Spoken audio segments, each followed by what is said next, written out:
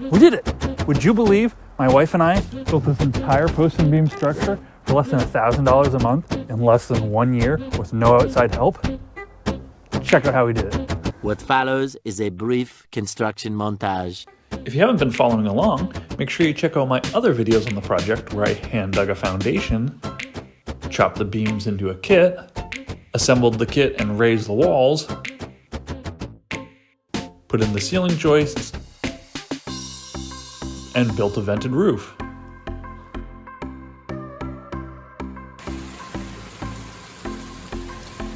And no sooner did I get it completed that we got hit with some monsoon rains.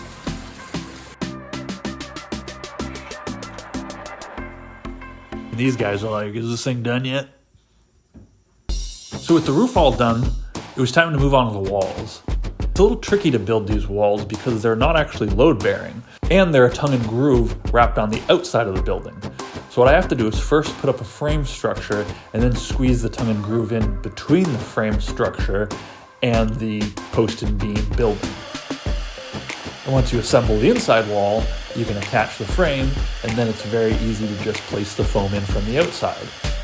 So here's a special tool. This is a hot foam cutter I made. You can just drag this through the foam and it will make a channel for your wiring to go through in the foam panel. Here you can see the precise cuts we make to fill all the gaps.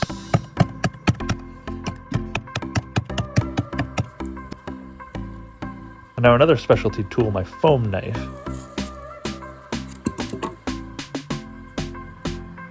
Hi-ya!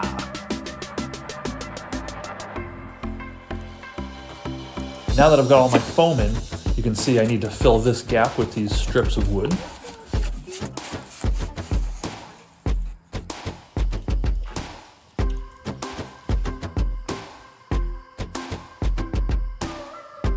I could usually get one of these walls insulated in a day, and then one wall sheathed in a day. This insulation is closed cell insulation, so it's R10 value per 2-inch thick layers. So this is 2 layers of it, so we'll have more than an R20 insulation factor on this building, which is the minimum for my area. I want to show you how well sealed up this is. Every place there's a seam where the plywood meets the structure. There's foam tape in between that gap. And I also spray foam in all of the little crevices in here. More foam tape all on top. Foam seal all the gaps in the panel.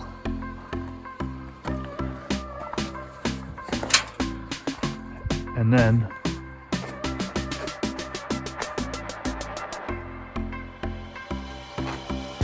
flashing tape off all of the panel joints. So we'll tape up all the seams on this side wall and move on to constructing our frame for the front wall.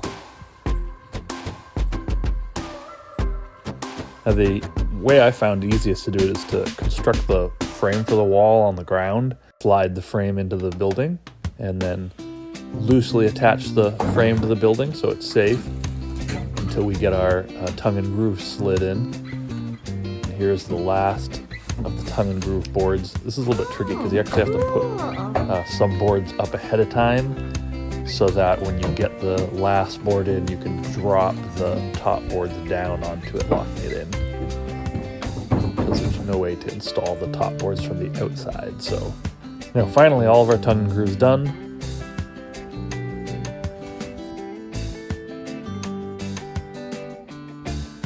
It's time to wrap up the exterior and then tape that off.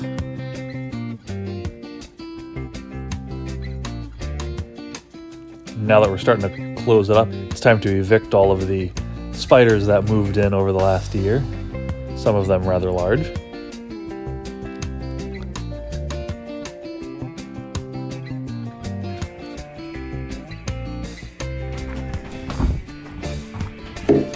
And now it's on to installing windows and closing this thing up.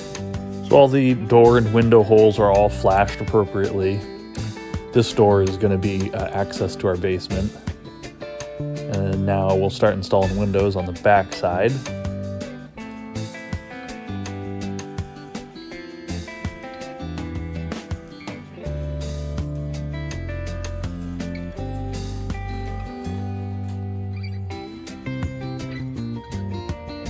Go one of the other ways. And no sooner did I get windows installed that someone found their way in and couldn't find their way out. It's a bird! I know it's a bird. I'm on the phone. It walks on my pillow. I don't think he hit the window or anything. There he goes.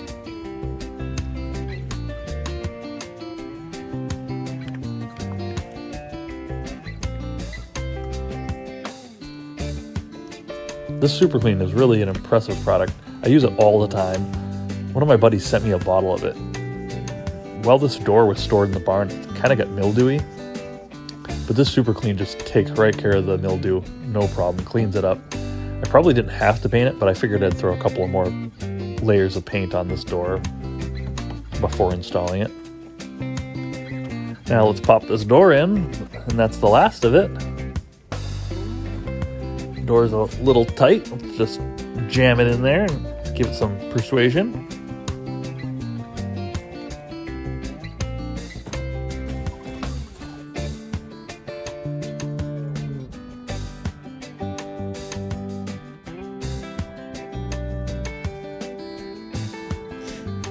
There, finally it's sealed. Now we can keep the bugs out, the birds out, the frogs out. I did find more frogs inside after I finished sealing it off, by the way.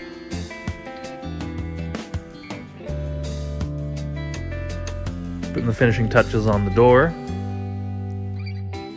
So I'm removing the bulkhead to make room for the basement stairwell.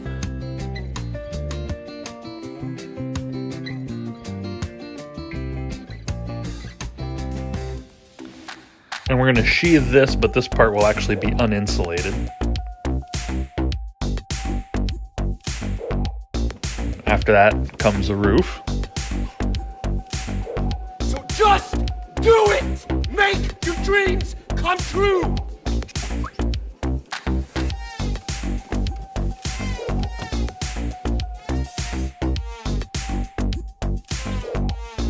Once we're done with that, it's time for siding. You can see the building also gets wrapped in a fan fold siding underlayment insulation, which adds a little more insulation value to the building. And on top of that goes the siding. Siding's actually kind of fun to do. It kind of locks all together, sort of like adult Legos. It goes together pretty quick and ends up looking really nice. And then while siding, I noticed this guy watching me. And actually, you can see here, this siding is almost 20 years old, and this siding is brand new from Lowe's. That's one of the great things about siding, is that it tends to remain pretty uniform color throughout its life, which helps immensely when you're doing home repair projects.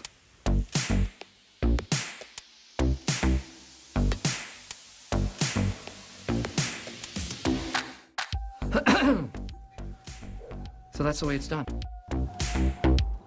What do you guys think? Let me know in the comments below. Give me a thumbs up if you like this video. Subscribe if you're not already. Check out some of these other videos on this project. Check out some of my other cool videos in this playlist below. And I'll catch you guys next time.